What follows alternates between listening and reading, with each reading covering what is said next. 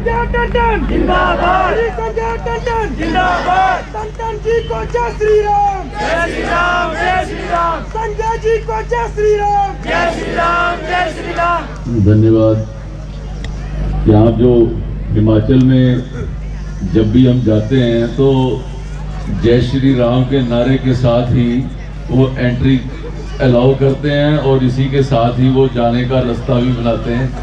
तो भगवान के जो नाम है, आप देखें, राम नाम ऐसा है कि आप रा शब्द बोलते हैं तो मुंह खुल जाता है और म शब्द बोलते हैं तो मुंह बंद हो जाता है। तो ये राम नाम की आप अगर आपने बोल के देखेंगे तो आपको ये लगेगा ये जिंदगी की शुरुआत से लेके अंत का ये बीच का जो पड़ाव है ये राम नाम है, इसीलिए ये सब राम नाम बोलते हैं। बोलो जय श्री राम।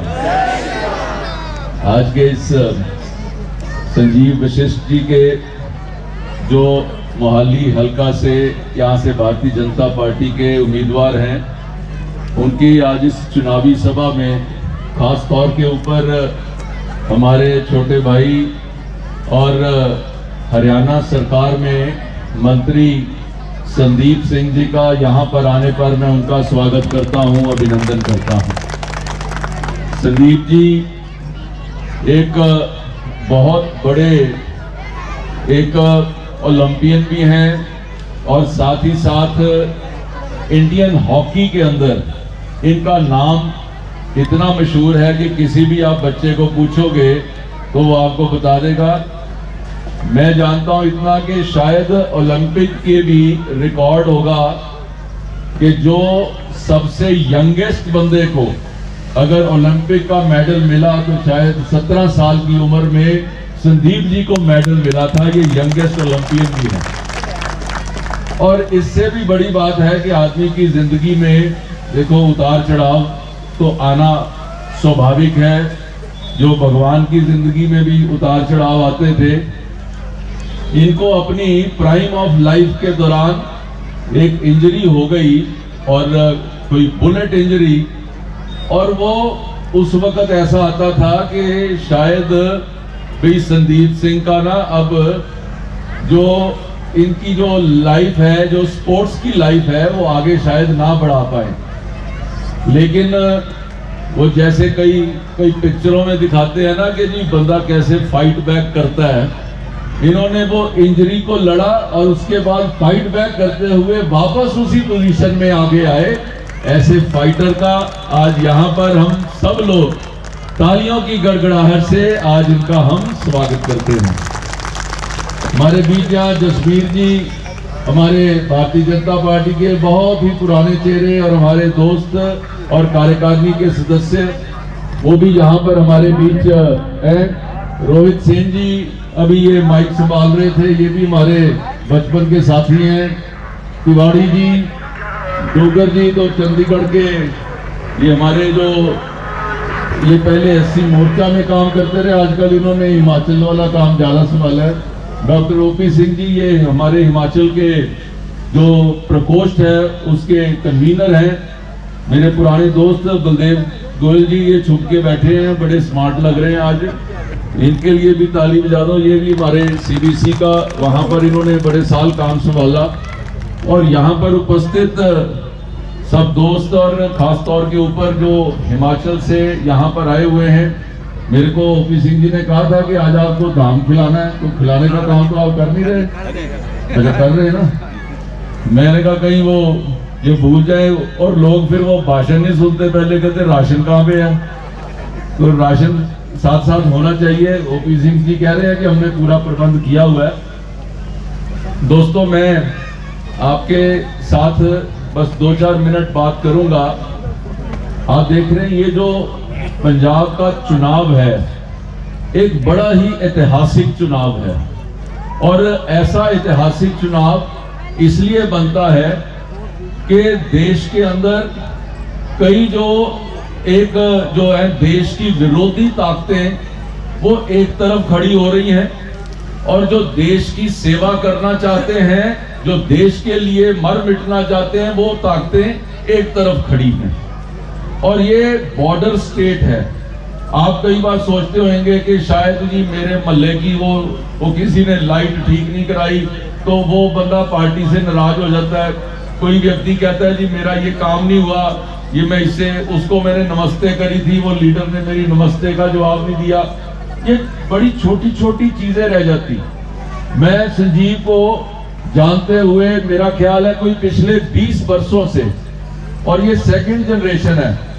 हमारा जो प्यार है, इनके पिताजी, पता नहीं आप सबको इंट्रोडक्शन दी है कि नहीं दी, वो चीफ सेक्रेटरी होते थे पंजाब के अंदर, और मेरे पिताजी उस समय मंत्री होते थे, तो उन्होंने भी इकट्ठे काम किया हुआ है। ये हमारा सेकंड जनरेशन की सांझ है, और बहुत ही सरल स्वभाव के हैं, बहुत ही सीधे हैं, स्ट्रेट फॉरवर्ड हैं, और किसी भी काम करने की ठान लेते हैं तो उसके फिर पीछे लग जाते हैं।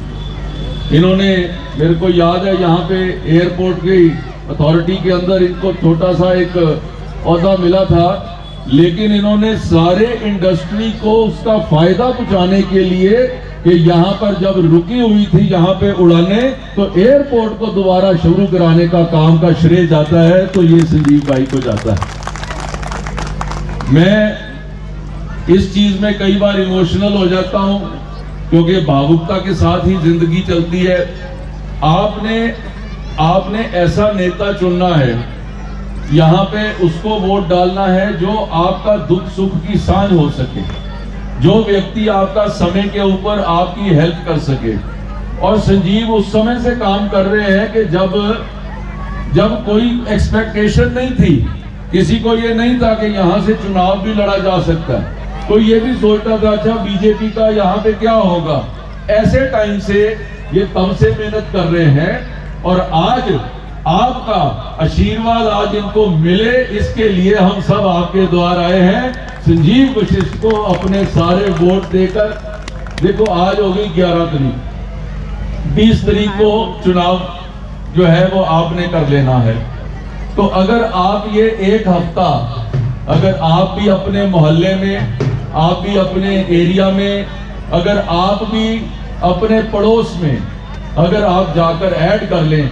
देखो कई बार आदमी सोचता है मैं 2 वोटा नूं कह दियांगा यार ਉਹਦੇ ਨਾਲ की फर्क पैना, अच्छा वो बंदा आप पे जाके पालेगा। पंजाबी भी समझ लेंगे ना, बीच बीच में पंजाबी बोल लेना, आपको यहाँ रहते हुए समय हो गया इसलिए पंजाबी भी समझ लेते हो गए।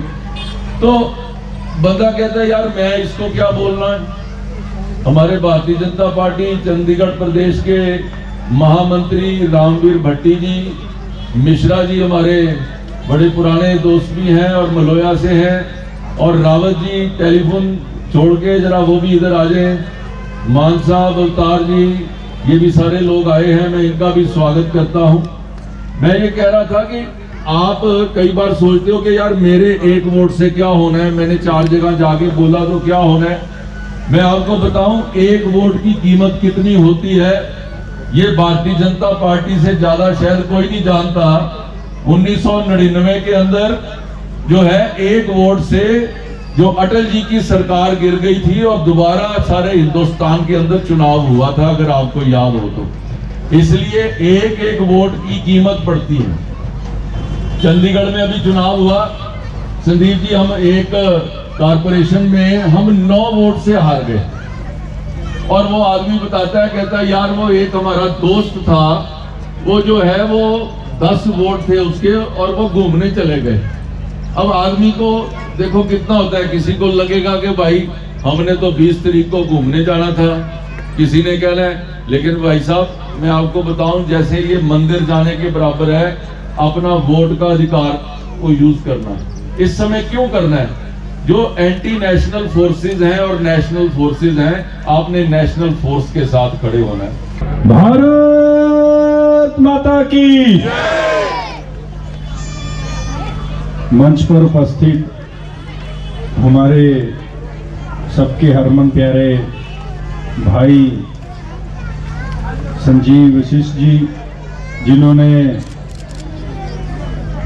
दिन रात एक करके आपके बीच में सेवा की भी है और करेंगे भी।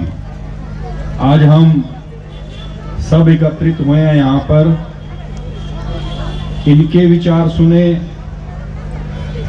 और हमारी भारतीय जनता पार्टी के कई वरिष्ठ नेताओं की विचार सुने। मंच पर हमारे पार्टी के कई वरिष्ठ नेता बैठे भी हैं, मैं उनका भी स्वागत करता हूं। और मेरे सामने यहाँ पर माताएं बैठी हैं, बुजुर्ग बैठे हैं, मेरे भाई बहन बैठे हैं, मैं सभी का नमस्कार करता हूं, स्वागत करता हूं। आज फरवरी का महीना है और 2022 चल रही है और इस 2022 में आपका एक कदम अगले 5 साल तक आपको सुख देगा और एक कदम अगर आप पीछे को लोगे तो जैसे आपके कई महीने और कई साल दुख में निकले हैं, उससे भी कहीं ज्यादा आपको दुख मिलेगा। अभी टंडन जी बात कर रहे थे माननीय प्रधानमंत्री जी के बारे में कि उन्होंने कई स्कीम्स, कई योजनाएं केंद्र से चलाई हैं। यहाँ पर हिमाचल से कई परिवार आए हैं, यूपी से कई परिवार आए हैं, हरियाणा से कई परिवार आए हैं जो यहाँ पर मोहाली में बसे हैं। आप देख लीजिए, तीनों स्टेटों में, हरियाणा, यूपी और हिमाचल, तीनों में भारतीय जनता पार्टी है। वहाँ के जितने भी परिवार हैं, उनको जो योजनाएं केंद्र से चलती हैं या राज्य में मिलती हैं, वो सारी की सारी हर घर तक पहुंचती हैं। लेकिन पंजाब में जब आती है तो यहाँ पर बॉर्डर लग जाता है। मैं तो हैरान हूं कि आयुष्मान कार्ड, जिससे 5 लाख तक का जो आपका हेल्थ का, मेडिकल की सुविधाएं मिलती हैं, वो भी नहीं बने हुए। कईयों के तो बीपीएल कार्ड नहीं बने हुए, कईयों के तो अगर बात करें राशन कार्ड की तो कईयों के तो राशन कार्ड भी नहीं मिले। और ये बहुत छोटी सी योजना है जो पहले मिलनी चाहिए थी। मैं आप सबको ये भी बताना चाहता हूं कि यहाँ पर बहुत सी माताएं बैठी हैं, बहनें बैठी हैं, कि हर कोई माता पिता चाहते हैं कि उनका बच्चा उज्जवल बने, आगे बढ़े। कोई पुलिस में बनना चाहता है, कोई इंजीनियर बनना चाहता है, कोई बड़ा अफसर बनना चाहता है, कोई पायलट बनना चाहता है, कोई कैप्टन बनना चाहता है, कोई खिलाड़ी बनना चाहता है। लेकिन अगर आपको वहां तक पहुंचना ही नहीं दिया जाएगा तो क्या करोगे? ये लोग वही हैं। अभी टंडन जी बता रहे थे ना कि वो पार्टी है झाड़ू वाली, वो झाड़ू की तरह सबको साफ करके जाएगी। वो गंदगी साफ नहीं करेगी, वो आप लोगों की जेब साफ करेगी। आप लोग जो मार्केट में शैम्पू खरीदते हो, तेल खरीदते हो, इस पे भी जो टैक्स लगता है ना, वो टैक्स आपकी पॉकेट से जाता है और इनकी जेबें वो टैक्स भरती हैं। ये जो गलियां बनती हैं ना, वो टैक्स भरते हो उससे बनती हैं, ये उस पे पैसा नहीं लगाते हैं। आप देख लीजिए, जो जो यहाँ इस सभा में आया है, जिस जिस रास्ते से आया, क्या उस गलियों को पक्का करना चाहिए था कि नहीं? इन्होंने नहीं किया। ये सिर्फ गुंडागर्दी कर सकते हैं, अपने जेबें भर सकते हैं, अपने घर भर सकते हैं, अपने परिवार को भर सकते हैं, लेकिन जो हक बनता है आपका, वो आपको हक नहीं देंगे। मैं दावा करता हूं और वादा भी करता हूं, 20 तारीख को कमल के फूल के सामने का जब आप बटन दबाओगे, हमारे भाई संजीव वशिष्ठ को जिताओगे, आपको दिल को भी खुशी होगी। और जब रिजल्ट आएगा तो हमारा भाई जब बनेगा, उसके अगले 5 साल का, कई सालों तक आपको बोलने की जरूरत नहीं पड़ेगी। आपके बीच में रहेंगे और आपका हर वो काम कराएंगे जो कई सालों से हो जाना चाहिए था।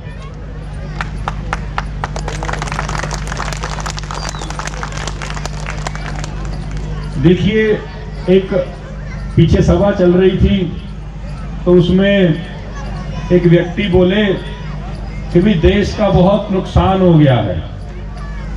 तो कहते कैसे नुकसान हुआ? नुकसान ये हुआ, एक तरफ तो नरेंद्र मोदी जी खड़े थे दूसरी तरफ राहुल गांधी खड़ा था। इसी दोनों में से चुनने के लिए देश का इतना पैसा लग गया कि पता ही है कि नरेंद्र मोदी जी ने देश का बेड़ा पार लगाना है, तो उसके इलेक्शनों में इतना पैसा क्यों वेस्ट किया। वैसे ही पंजाब में और मोहाली में आपको पता है कौन विकास कर सकता है, कौन सी पार्टी जो कहती है वो करके दिखाती है।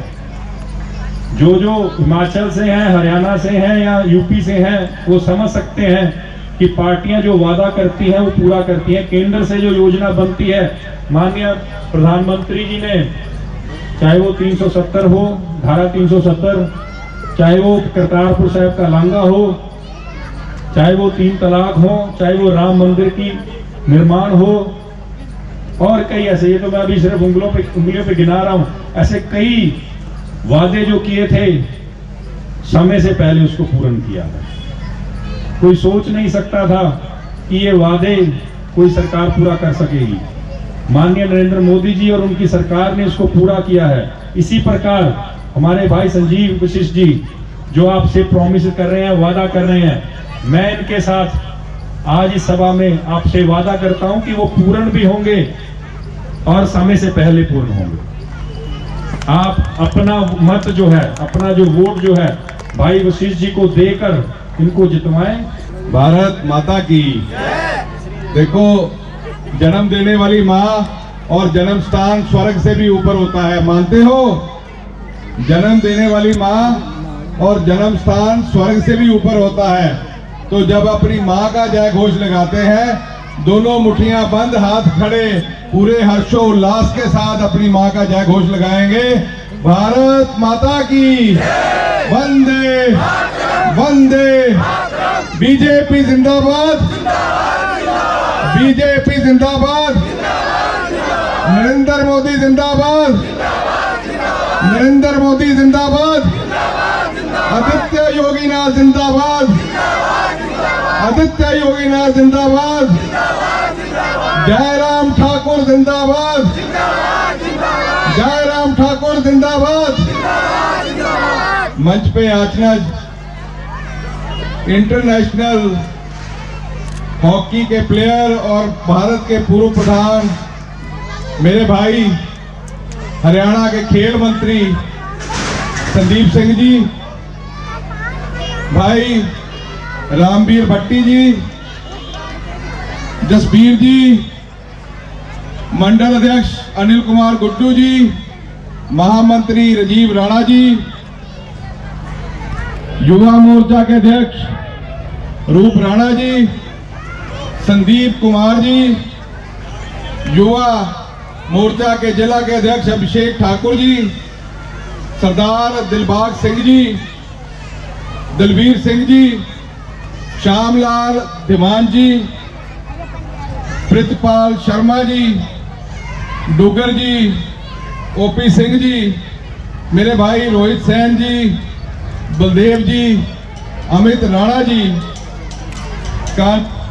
उमाकांत तिवारी जी और बहन रीटा जी, आए हुए सभी साथी, मैं आप सबका धन्यवाद हूं। आप इतनी गर्मी में, इतनी कड़कते धूप में अपने भाई को सुनने के लिए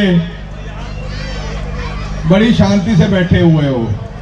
मैं आपका आभारी हूं, आपका देना नहीं दे सकता, पर मैं पिछले 6-8 महीने से लगातार जुझार नगर, बड़ माजरा, बलौंगी में आ रहा हूं। जब आता हूं तो यहाँ के हालात देख के बड़ा दुख लगता है।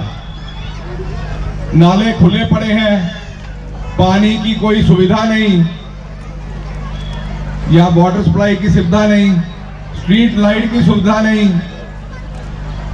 सीवरेज खुले में गिर रहा है, कोई अच्छा अस्पताल, डिस्पेंसरी नहीं। बड़ा दुख लगता है हाल देख के।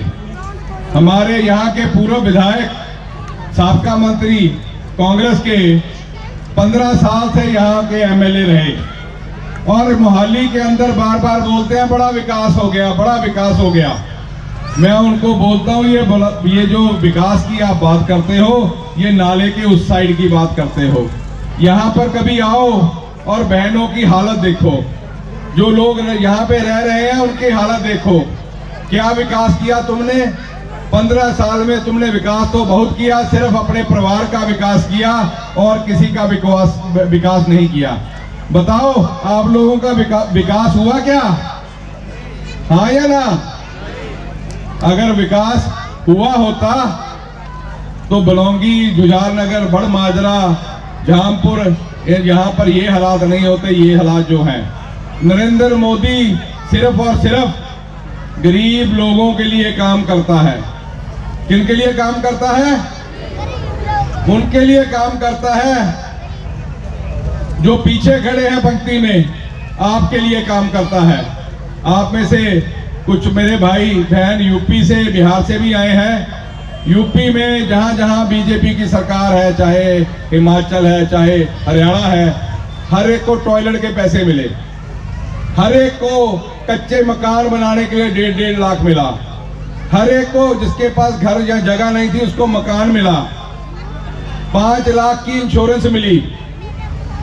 कोई गरीब बीमार हो जाए वो अपना कार्ड दिखा के किसी प्राइवेट अस्पताल में बढ़िया से बढ़िया अपना इलाज करा सकता है। आप में से किसी को कुछ मिला? हाँ या ना? क्यों नहीं मिला? क्योंकि यहाँ पे कांग्रेस की सरकार है। वो समझती है अगर नरेंद्र मोदी के भेजे हुए जो सुविधाएं हैं आप लोगों को मिल गई तो हर हर मोदी, घर घर मोदी हो जाएगा। वो मोदी को यहाँ पहुंचने नहीं देना चाहते आपके बीच में। अब बड़ी बात चल रही है, अरे भैया जुझार नगर को तो हम 2 रात में संभाल लेंगे। कैसे संभालेंगे? कुछ करते हैं क्या आके यहाँ पे रात में? आप समझ रहे हो मैं क्या पूछ रहा हूं? आपके भविष्य के साथ खेलते हैं, आपके बच्चों के भविष्य के साथ खेलते हैं। लाखों हजारों करोड़ इन्होंने कमा लिए पर अपने घर भर लिए, आपके लिए कुछ नहीं किया। अब आएंगे 2 दिन, आपको पता नहीं कौन सी दवाई पिलाने की बात करते हैं। मैं तो पीता नहीं हूं, शायद पता नहीं आप समझते होंगे। इनके चक्कर में मत आना, ये आपके बच्चों का भविष्य खराब कर देंगे। ये नहीं चाहते आपके बच्चे नाले के उस पार रह सकें, ये चाहते हैं आपके बच्चे यहीं पर रहें, गंदा पानी पिए। मेरे को बताया यहाँ के मेरे साथियों ने कि नाले के पास ही बोर मारना पड़ता है, या इधर बोर मारते हैं, गंदा पानी आता है, वही सप्लाई होती है। 3 काम पक्के करूंगा, आशीर्वाद देके भेजोगे, आपसे वादा है। पहले तो एक छठ घाट बनवाऊंगा और आप सबके साथ छठी मैया की पूजा, अगली छठ पे सूर्य देव को अर्घ आपके साथ दूंगा बैठ के, वादा है आपके साथ। बोलो छठी मैया की। दूसरा, अच्छा अस्पताल आपके बच्चों के भविष्य के लिए, आपके भविष्य के लिए, वो भी यहाँ पे बनेगा। और एक बढ़िया स्कूल, ताकि आपके बच्चे पढ़ लिख कर सबके साथ बराबर कंधे से कंधा मिला के खड़े हो सके।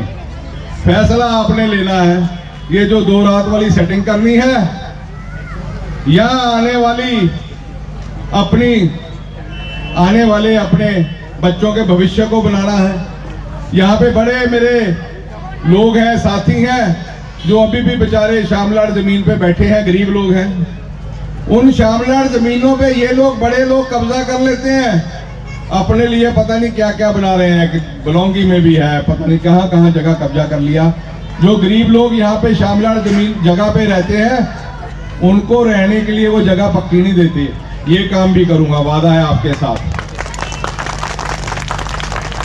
समाज की जो जगह है, समाज का वो पैसा है, वो वापस समाज में लगेगा।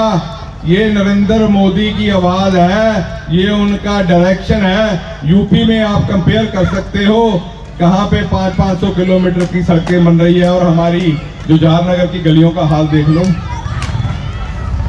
आपसे, आपका छोटा भाई हूं, आपका साथी हूं, आपसे विनती करने आया हूं, अपने भविष्य के साथ खिलवाड़ मत करना, किसी की सेटिंग में नहीं आना। आओगे? आवाज नहीं आ रही?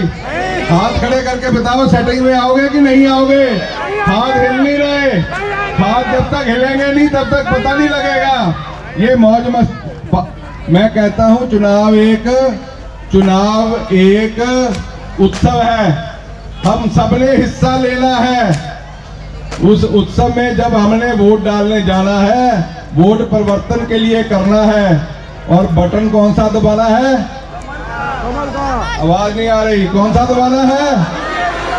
देखो, मेरे को इसलिए उम्मीद है यहाँ पे बटन कमल का दबेगा कि यहाँ पर एक नाला बह रहा है, और कमल कहाँ खिलता है?